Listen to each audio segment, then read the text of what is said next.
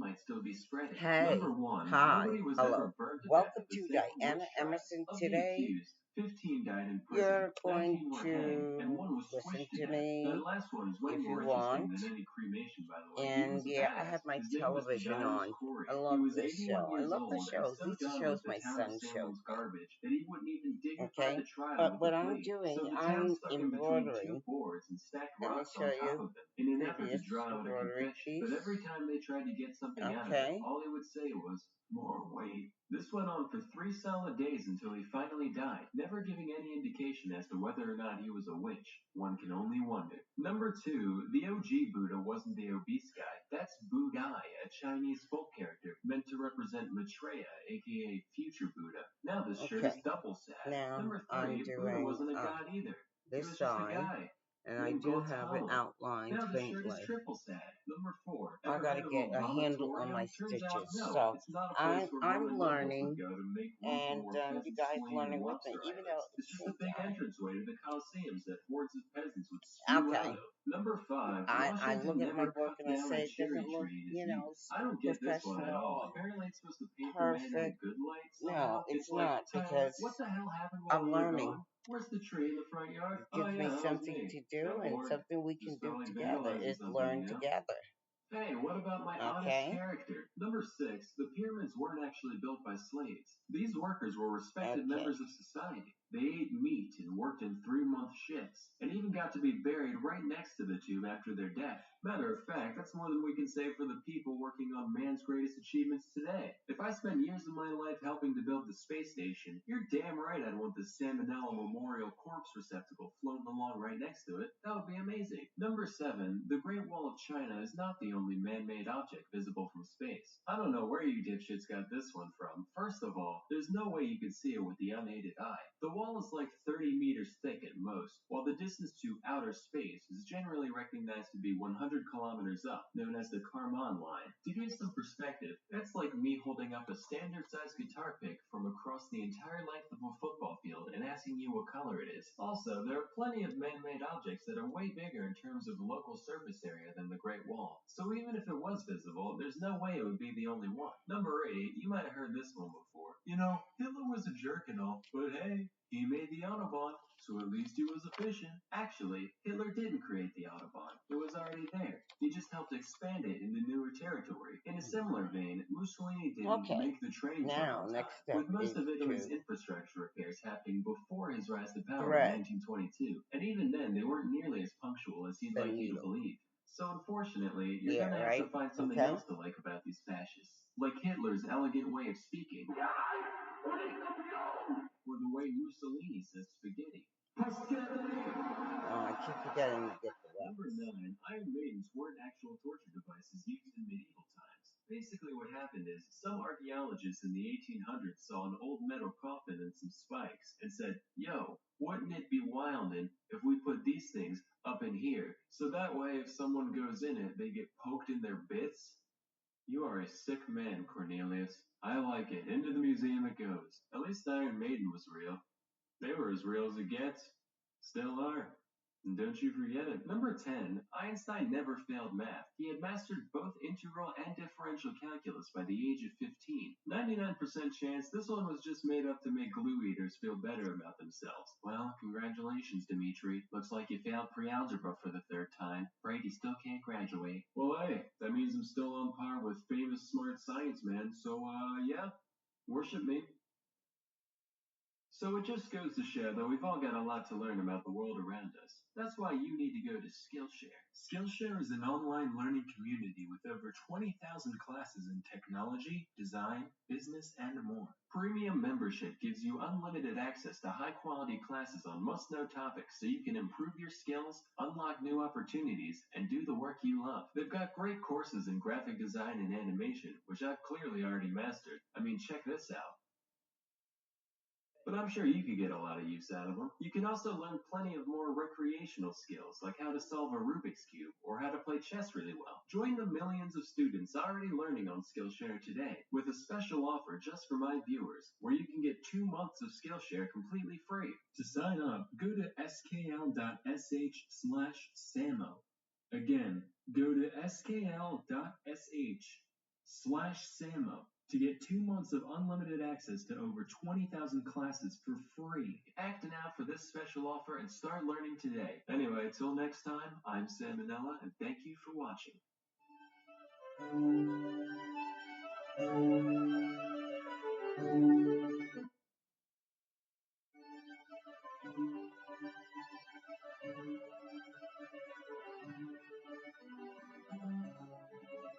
Hey, little Jimmy. Yeah, what's up? Do you like Pirates of the Caribbean? Yeah, it's alright. So do you think it'd be fun to be a pirate? Yeah. Well, guess what? You couldn't be more wrong. Oh, fuck. Yeah, I know. At some point, every kid has dreamed about being a swashbuckling, corn-shuckling, wife-cuckling, cocksuckling pirate, but trust me when I say, it was really not all it's cracked up to be. First, we'll talk about the food. So one staple of the pirate diet was salted meat, usually wild oxen or pork. And I love jerky as much as the next guy, but this wasn't like a bag of Jack Links. In fact, it was probably closer in texture to your shoes than any meat you've ever eaten. In those days, you couldn't just snap into a Slim Jim. That's a modern luxury that we take for granted. Back then, the slogan was, gnaw on a Slim Jim for minutes on end, grinding it between your molars while the gallons of salt turn your mouth into a desert until the mangled hunk of flesh in your mouth is just soft enough to be shoved down your greasy fucking pirate throat without tearing a hole. Another essential food item was known as hardtack. This was essentially just flour and water baked into a cracker-like brick. Beyond the fact that it was totally flavorless, hardtack was also extremely dense, to the point where pirates would often have to slam their fists down on it in order to break it into pieces small enough to fit in their mouth. As long as it was kept dry, hardtack almost never spoiled, although it often became infested with weevils. Excuse me, sir, I'm a vegan, so can I have a new piece? One without any of Mother Nature's beautiful creatures in it? Thanks. Wait a minute, is this gluten-free?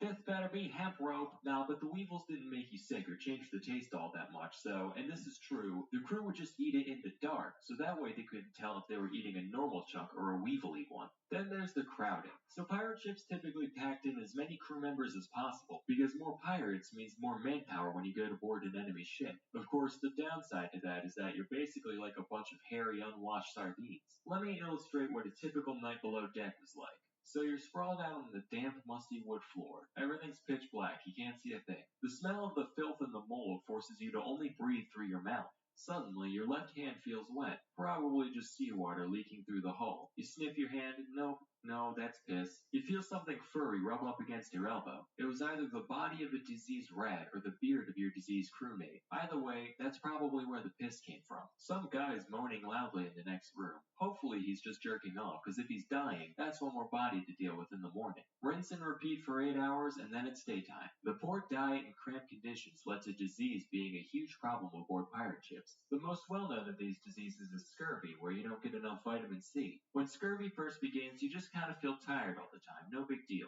Then you get weird spots on your skin and your gums start bleeding. This progresses until all your teeth fall out and all of your body's mucous membranes start gushing blood and pus, causing you to die. So that's a lot of fun. There were tons of other diseases too. I won't go through them all, but here's a few honorable mentions. Also, some people say that alcoholism is a disease. I might just be disturbed, but that's one sickness I could definitely get down with. If it is a disease, then yeah, just about every pirate had this one. If anything, though, I'd call that one of the few upsides of pirate life. Finally, there's the combat. So you've gone through all these disgusting, horrible living conditions, but at least you can enjoy the thrill of battle, right? Swinging from rope to rope, sword in your mouth, long, intense saber duels, that kind of thing. But that's typically not how it went down. For one thing, when pirates boarded a ship, 9 times out of 10, they just surrender immediately. Because what are a bunch of well-groomed merchants going to do against a horde of disgusting barbarians? If the defending ship did decide to fight back, though, the resulting brawl wouldn't be anything like the movies. It'd be way worse, like immediate R rating. Because pirates rely a lot on brutality, both because they don't have much real training, and because it scares the shit out of people. If you were a deckhand on an invaded ship and you were stupid enough to fight back, you wouldn't be dancing around doing flips and shit. None of that. Instead, they'd probably shoot you in the stomach with a flintlock pistol, kick you to the ground, chop off your shoulder blade with a hand axe, gouge out your eyes with a marlin spike, wind your intestines around the prow, and then toss your twitching body overboard. And that's only a slight exaggeration. Honestly, if Jack Sparrow got attacked by actual pirates, he wouldn't last a second. It's kind of like a used car salesman going to prison, like, I'll be fine. If anybody tries intimidating me, I can get out of it with my quick wit and charming personality. Boy, you look real pretty from behind. Oh, wow. I don't. So yeah, in short, if you're thinking about pulling a Captain Phillips anytime soon, I'd advise against it. That's all for today. Till next time, I'm Sam and Ella, and thank you for watching. I love that show.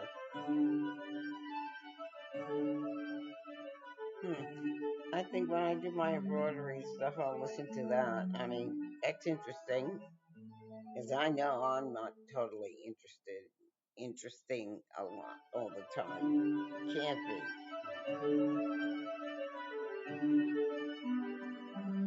Hey kids, I think we can all agree that there are few pastimes more grotesque than competitive eating. The concept of a bunch of guys pushing their anatomy to its limits just for sport leaves a bad taste in my mouth in more ways than one. But imagine if these men didn't adopt this habit just for fun. Imagine if some gross biological error forced them to eat like this for their entire life. Introducing Tarare.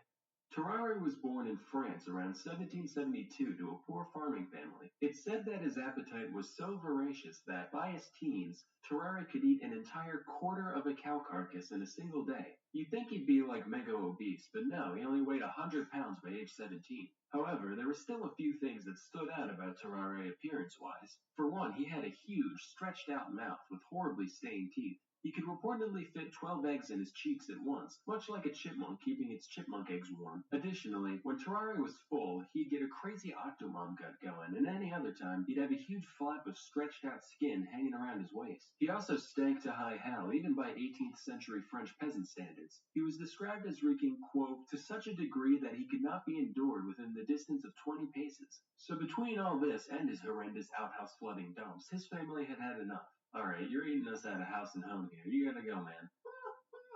You heard me. Kick bricks, Froggy. Wow, he just called a French person a frog. That's so racist. No, it's not. They're all French. The guy just looks like a frog is all. Oh. Well, too late. I'm already offended. That's fair. Dislike. After leaving home, Tarare was forced to beg and steal just to satisfy his gargantuan appetite. Inevitably, people began to take notice of him, and eventually he landed a job as a street performer in Paris. People would hand Tarare entire baskets of apples, eggs, and even wine corks, and watch in delight as he horked them down without the slightest hesitation. Normally, this went off without a hitch, except for one time when he suffered a severe intestinal blockage. Fortunately, the crowd was kind enough to carry him to the hospital, where he was treated with the strongest laxatives the 18th century had to offer. I would draw what happened next, but it would probably get my channel deleted, so let's just picture it for a few moments. Moving on, cut to the year 1792. This marks the beginning of the War of the First Coalition. Ever heard of it? Me neither. Who was in it? Fucking everyone. Anyway, Tarare decided to enlist in the war. After all, maybe that profound emptiness he was feeling was just a lack of purpose in life. Turns out, no, he really was just psychotically hungry. Even after being granted quadruple rations, Tarare would still be digging through the trash pile whenever he got the chance. After suffering extreme exhaustion, he was sent off to the military hospital in Suzerain. The staff there was so dumbfounded by the man's abilities that they decided to keep him there to run a few experiments. The first of which involved putting Tarare in a room with a meal prepared for 15 people. Naturally, he ate the entire thing and immediately fell asleep. Next, they presented him with a raw eel. In response, Tarare crushed the eel's skull between his teeth before slurping down the entire creature in one go.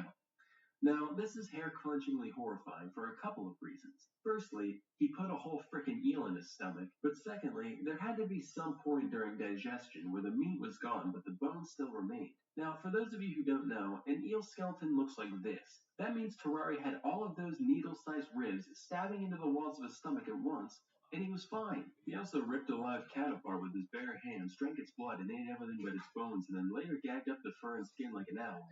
Yes, that's neither here nor there.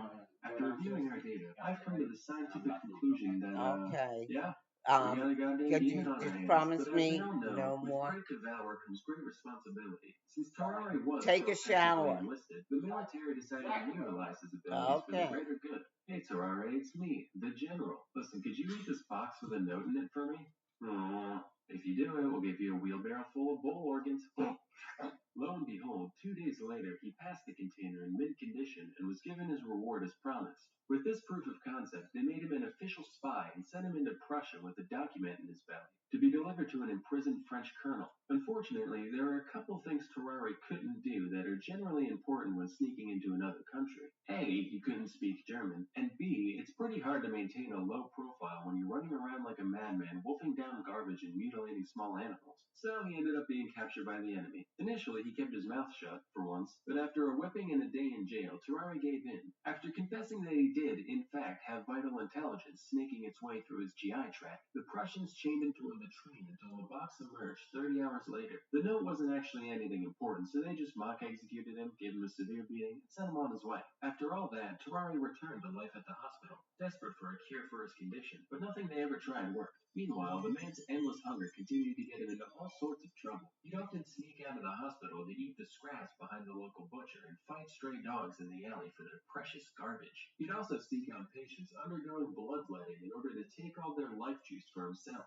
On several occasions, he was even caught attempting to eat bodies in the mortuary. By this point in my research, I was so desensitized to this guy that I didn't even bat an eye when I first read that. I was just like, alright. Guess he must have been hungry. Anyway, the hospital staff begrudgingly tolerated Terrari's buffoonery until one day when he went too far. Well, Terrari, you've only had 3 mess hall raids, 4 miscellaneous trash-related mishaps, and 1 cadaver defiling. So I'd say, so far, this week's been pretty good. Doctor, we should probably inform you that a 14-month-old child has gone missing from their room. Terrari, look at me. Did you eat a fucking baby? Terrari was promptly kicked out of the hospital and spent 4 years out and about doing, whatever horrific shit you can imagine. When he came back, he was suffering from advanced tuberculosis and died shortly after arrival. During his autopsy, the surgeons found that when they looked into his mouth, they could see all the way down his throat and into his stomach cavity. As you can imagine, his whole abdominal region was profoundly deformed. Basically, if this is a normal human, this is what they found inside Terrari. Just like the man's mind, we can see that around 90% is devoted towards food and 10% towards everything else. So, moral of the story here is that, no, you know what, not even I can find anything resembling a moral here. Not all stories have a point to them. Sometimes they're just sad and disgusting from beginning to end. And now a word from our sponsor. As you can probably tell, I'm a very visual person when it comes to learning. I firmly believe that engaging visuals are an essential teaching tool that allows for much deeper comprehension than plain old walls of text. That's why I'm pleased to introduce our sponsor, Brilliant.org. We all know that math and science are really important to master, and Brilliant's elegant UI and step-by-step design makes learning seemingly complex topics very intuitive, especially for visual learners. Their straightforward graphics, delightful animations, and interactive puzzles make it easy and fun to hone your own critical thinking skills. Personally, I've always been super intrigued by neural networks and all the things you can do with them, but I've always been too intimidated to research them in depth. After learning about Brilliant, I actually started taking their course in the subject, and I gotta say, it's been such a pleasurable experience that I plan to continue with it in my own spare time. To support me and learn more about Brilliant, go to brilliant.org/salmonella and sign up for free. Also, the first 200 people that go to that link will get 20% off the annual premium subscription. Till next time, I'm Salmonella, and thank you for watching. That was nice. Educational, as my son would put it. Alright, after months upon months of unrelenting pressure by you psychopaths pretending to be my characters on Twitter, I finally got a merch store. Let this be a lesson, kids. With enough harassment, you can achieve anything. Anyway, go check it out, or don't, whatever.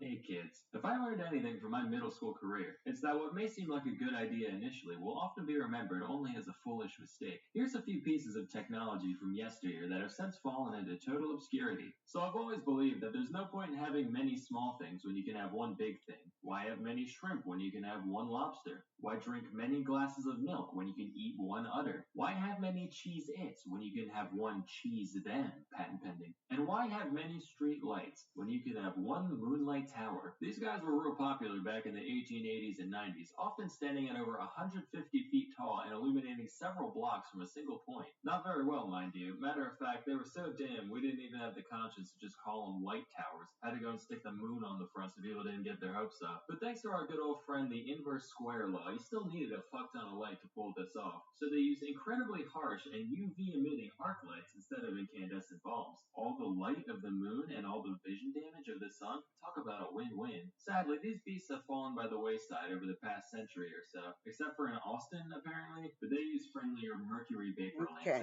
I don't know if you can see that. It's the start of.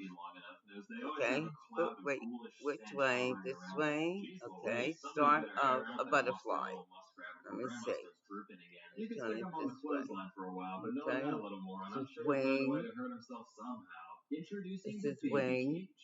Finally, city dwellers all across the nation have a way of unleashing their postnatal funk on the unsuspecting passerby below. These were in vogue for a while before falling out of style a bit of a way into the 20th century. Because apparently society started deeming babies more valuable than air conditioners. I don't really get it personally, but this is also around the time we started putting lead in gasoline, so it's probably for the best we kept them inside all day. Matter of fact, it's my firm belief that without kids growing up breathing lead, there's no way Pet Rocks would have taken off in the 70s. Wow, alienating baby boomers. He's so brave and controversial. Now, in the days between the Great War and the not as great but still pretty alright war, people were trying to find efficient means of detecting an incoming air attack. They climbed their nation's tallest mountains to seek the wisdom of their greatest elders, and the wise man said, big ears. So that's what they did. These giant discs were known as acoustic mirrors and were designed to focus incoming sound over a 5-meter diameter into a single point. They were reasonably effective as listening devices. A few of them in Britain were able to pick up the sound of a plane from all the way across the English Channel. Of course, radar came along soon after, rendering these things completely useless beyond looking brutalist as hell. For real, instant album cover material right here. One of the Pet Boys is pulling a Spanish Inquisition on this poor wayward harlot. Just kidding. Despite the fact that this looks so very, very much like a state-of-the-art instrument of torture, it's actually just a beauty micrometer. Think those shoe size measure things at Foot Locker, only instead of one primitive measurement, it records the entire topology of your face and skull at once. With this data, a trained cosmetologist would be able to pinpoint exactly what features of your head should be enhanced and reduced with makeup in order to achieve a maximum calculated attractiveness after you've paid for their services. Clearly, this device must have been effective. After all, beauty is entirely objective. What, eye of the beholder?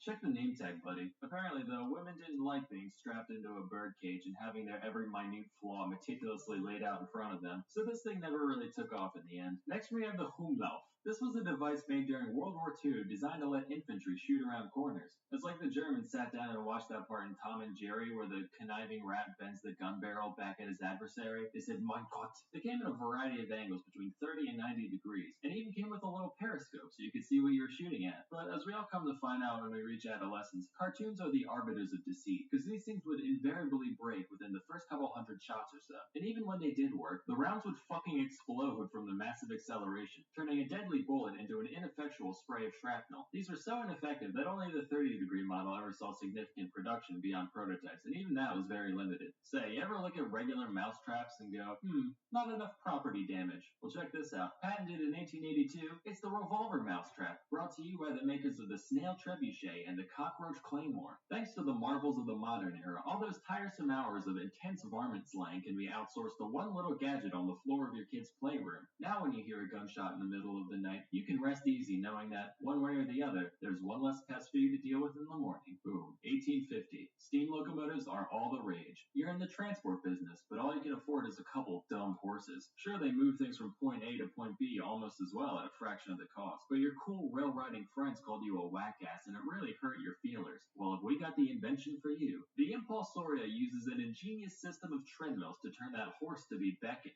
into a force to be reckoned with. Sure, it's expensive as hell to make and limits your services entirely to railroads, but just look at it. Instant pussymobile. Slap some rims and a spoiler on that, you're laughing. This machine is reported at having a maximum output of 2 to 4 horsepower, which sounds about right, and it didn't see much use outside a couple exhibitions. Now, if there's one hobby that people in the past enjoyed, it's smoking. Oh boy, did they like smoking. And with every great wholesome activity comes a million novelty items to go along with it. Everyone's seen the long cigarette, but how about the really long cigarette? Want to smoke in the rain? Here you go. Going snorkeling? Hey, you know what's more important than oxygen? Nicotine. But hey, want to know the only thing better than a cigarette? 2 cigarettes. You know what? Fuck it. Have the whole pack. You earned it. Of course, if you're trying to cut back, you can always share with a friend. Aw, how heartburning. But you know what's even more fun than addiction? High-quality documentaries. That's why you should check out CuriosityStream. From the face behind the Discovery Channel, CuriosityStream lets you stuff your little meatuses full of all the bizarre knowledge the world has to offer. And with over 2,400 titles, there's no way there isn't something that interests you here. Remember Secret Life of Pets?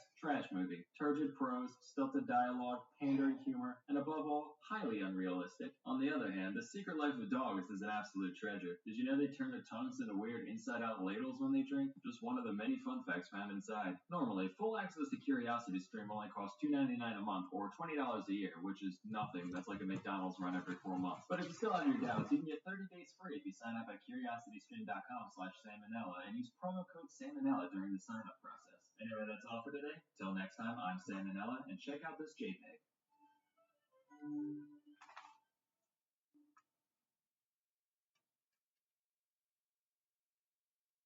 This video is sponsored by Skillshare.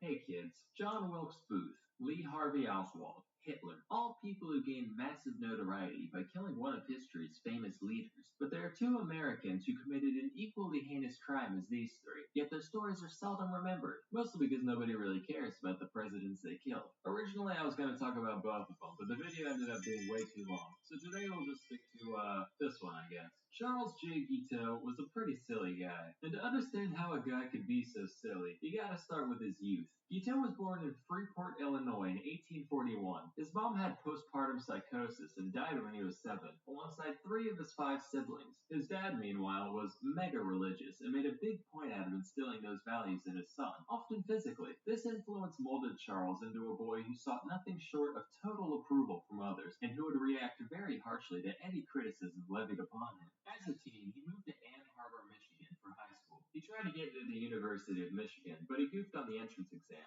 So he did what anyone in his situation would do and said, well, so much for real life, I'm going to join a commune. Specifically, he became part of the Oneida community in New York. In some aspects, this place was a pretty run-of-the-mill religious fellowship. From each according to their ability, to each according to their need, yada yada. But there were a couple of things that made it special. First off, they followed a doctrine known as Christian perfectionism, whereby everyone would strive to live their lives completely free of sin and reach a divine level of perfection while still on earth. Now, this isn't really unique to Oneida, but whereas most people would achieve this through staunch discipline and careful self-reflection, these guys would just get together and take turns roasting the shit out of each and every member over any minute flaw they could possibly have. Real great for the psyche. They also practiced what was basically an early form of eugenics, where aspiring parents would have to submit an application and be judged by the committee on their moral and spiritual fortitude. If they were allowed to mate, children would be separated from the mom about a year after birth and raised communally in the children's wing. After all, wouldn't want any of those hopelessly flawed toddlers to think they're deserving of any affection whatsoever. Okay, I'm going to show you part of it. In what they call free love, which means that anyone could bang anyone at any time, as long as they kept it hetero, and exclusive relationships of any kind were actually frowned upon.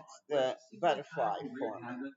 Okay, I'm going to put this down for now. Christianity thing, but whatever. But wait, you're saying, how can you have selective breeding at the same time as extremely unselective breeding? See, that's where male covenants comes in. Under this rule, a pair could go at it for as long as they wanted, with the caveat that the dude's not allowed to nut, pull out, or otherwise. That way, it's not a sin. Okay, bye for now.